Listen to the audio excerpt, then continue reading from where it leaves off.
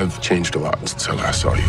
Welcome to Watch Mojo, and today we're recapping things to keep in mind before watching the second season of Peacemaker. There will be spoilers, but that's a given. Welcome, Peacemaker, or do you prefer Chris? Either's fine. It's part of the DC universe. James Gunn dipped his toes into the DC extended universe with the Suicide Squad and Season 1 of Peacemaker. I'm giving you the chance to stay out of prison and work for me. And you are? Name's Mern. Clemson Mern? That's right.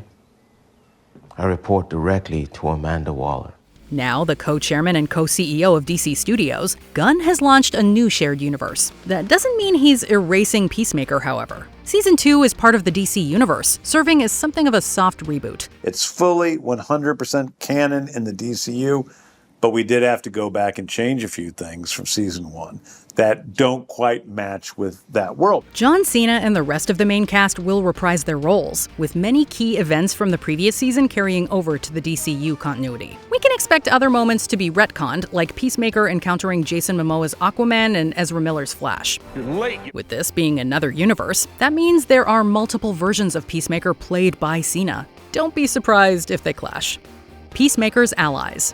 Peacemaker might have clashed with his fellow Suicide Squad members, but he forms an unlikely family with his new team in Season 1. Because I knew that'd hurt you and the others if I did. Like Peacemaker, Leota Adebayo is a newcomer, although she's well-versed in A.R.G.U.S, being Amanda Waller's daughter. Among the crew are two A.R.G.U.S agents, the bumbling John Economos and the tough-as-nails Emilia Harcourt, the latter of whom eventually steps up as the team leader. Almost certainly know that we're on our way to do that now, which means they'll do what they can to move the cow out before we get there. Peacemaker also joins forces with his biggest fan, Adrian Chase, a masked vigilante who goes by Vigilante. Of course, Peacemaker's most loyal friend is his pet eagle named Eagly. Where did they come up with these names? Eagly is your pet eagle. Yeah. Is your dog named Doggy? All right. Do you have a daughter named Daughtery? Speaking of names, Peacemaker has dubbed his team the 11th Street Kids for Season 2. Peacemaker's daddy issues. Peacemaker's methods can be extreme, even morally reprehensible. Given his traumatic upbringing, though, Christopher Smith could have turned out much worse. You let somebody shoot you? It's not like I invited him to come shoot me, Dad. Pathetic.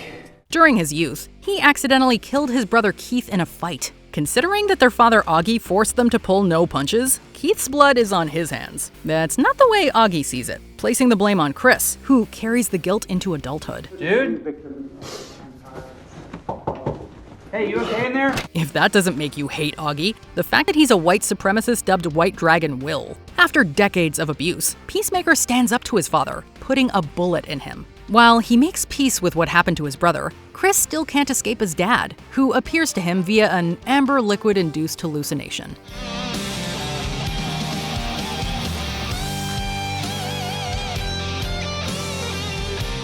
Project Starfish. Like Peacemaker Season 1, parts of the Suicide Squad will factor into the DCU despite technically stemming from another universe. He does exactly what I do. But better.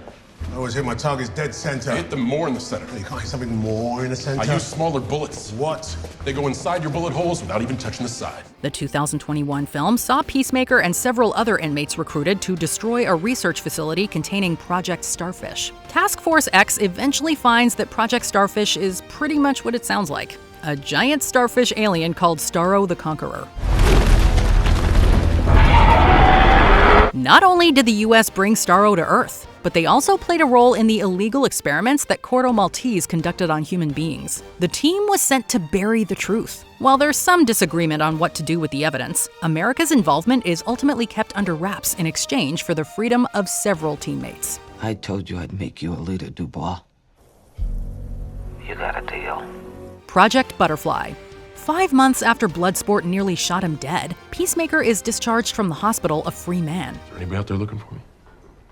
Not that I heard of, man. No cops outside, nothing.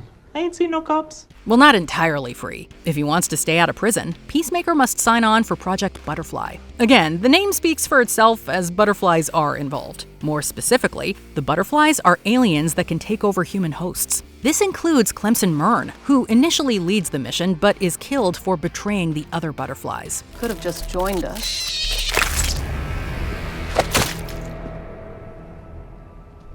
You murdered him. The alternative was what? He was a warrior. Without him, his outfit will have no chance of stopping us. Peacemaker's team carries on, finding they can stop the butterflies if they cut off their food source, the cow. Despite their tactics, the butterflies seek to save Earth by stopping the evils of humanity. Peacemaker nonetheless destroys the cow, saving the world, and possibly destroying it. Kill the world? Maybe. Or maybe you just gave us a chance to make our own choices instead of our bug overlords. The Justice Gang. Season 2 won't be Peacemaker's DCU debut, as he previously dropped by a talk show in Gunn's Superman. That film also introduced the Justice Gang, which is comprised of Kendra Saunders' Hawkgirl, Guy Gardner's Green Lantern, and Michael Holt's Mr. Terrific. Hey! Quit messing around! I'm not messing around, I'm doing important stuff. By the end, Rex Mason's Metamorpho is brought on board as well. Their sponsor is businessman Maxwell Lord, whose true intentions have yet to be revealed. Although there is a Justice Gang, there certainly isn't a Justice League, which is among the most notable differences between Peacemaker Seasons 1 and 2. Of course, the Justice Gang is just a working title. They could evolve into the Justice League as more members are recruited, but don't expect Peacemaker to be one of them. Am I supposed to be able to hear you guys? Excuse me? You were talking about your butt and stuff? And also you said that I suck? Peacemaker is free. For now. Chris earns his freedom by the end of the first season, with A.R.G.U.S clearing his name. That does mean Christopher Smith never wrote any diary. Both the Peacemaker and the costumed crime fighter, Vigilante, were working in a deep cover operation for the U.S. government called Project Butterfly. He can thus go on job interviews and enjoy drinks with his friends. Just because he saved the world doesn't mean people will start taking him seriously as a hero. It doesn't mean that Peacemaker gets a permanent get-out-of-jail-free card either. A.R.G.U.S has been monitoring Peacemaker ever since Rick Flag Sr. was named director. Even if Peacemaker tries to be on his best behavior, he has enemies in high places, like Rick Flag Sr. In a way, Peacemaker is still a prisoner of his past, with his father's shadow looming over him. The only way out is forward, but what's Peacemaker's purpose in a world of metahumans who are better equipped to serve justice? My son's a better man you could ever dream of being. Amanda Waller isn't head of A.R.G.U.S anymore. Viola Davis's Amanda Waller is another DCEU holdover who will be joining the DCU, albeit in a new role. Empathy. In this business, Leota, that will get you killed. Season 1 not only ended with A.R.G.U.S coming through for Peacemaker, but also exposing her mother's abuse of power as the leader of A.R.G.U.S. In the DCU continuity, Waller's first official appearance was in the animated series Creature Commandos. Technically, Congress said A.R.G.U.S can't use incarcerated human beings as mission operatives any longer. But what about beings that aren't human?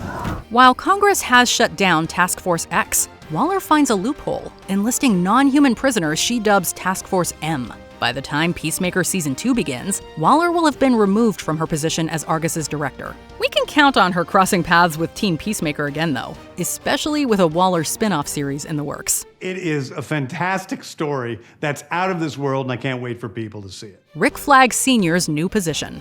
As for the person filling Waller's shoes as the head of A.R.G.U.S, that would be the man she recruited to lead Task Force M, Rick Flag Sr. This is your new task force flag. Let's call it Task Force M. M for monster. Although Creature Commandos presented Flag in a heroic light, his new position will find him in a morally gray area. This was exemplified in Gunn's Superman, where Flag condoned the titular hero from preventing war while expressing suspicions about Lex Luthor's true intentions. Once Superman turned himself in, though, Flag had little choice but to side with Luthor. In Season 2, Flag takes on a more antagonistic role as he pursues Team Peacemaker. In all fairness, Flag has a pretty good reason for wanting Peacemaker back behind bars. Does he know that I have? Killed his son? Yeah. Before we continue, be sure to subscribe to our channel and ring the bell to get notified about our latest videos. You have the option to be notified for occasional videos or all of them. If you're on your phone, make sure you go into your settings and switch on notifications. Peacemaker killed Rick Flag Jr. Remember when we said there was some disagreement on whether or not to share the Project Starfish evidence? Who are you going to show that to? Press. Goddamn people deserve to know. I'm tired of covering up their dirty little secrets. This time these sons of bitches are gonna be held accountable. I can't let you do that, Colonel. Rick Flag Jr. was more determined than anyone to expose the corrupt government he felt had betrayed him. Peacemaker argued otherwise, not only obligated to carry out the mission, but feeling that concealing the truth would be the best way to preserve peace. Stabbing him in the heart, Peacemaker ensures the truth dies with Flag. Peacemaker. What a joke. In Season 1, we see that Peacemaker has regrets about killing Flag. Of course, saying sorry isn't going to bring Senior's son back. Senior will be looking for an excuse to punish his son's killer. Given Peacemaker's destructive tendencies, it shouldn't be hard for Flag to find one. Flag was right. Peacemaker. What a joke. Which DC Universe project are you the most excited for? Let us know in the comments.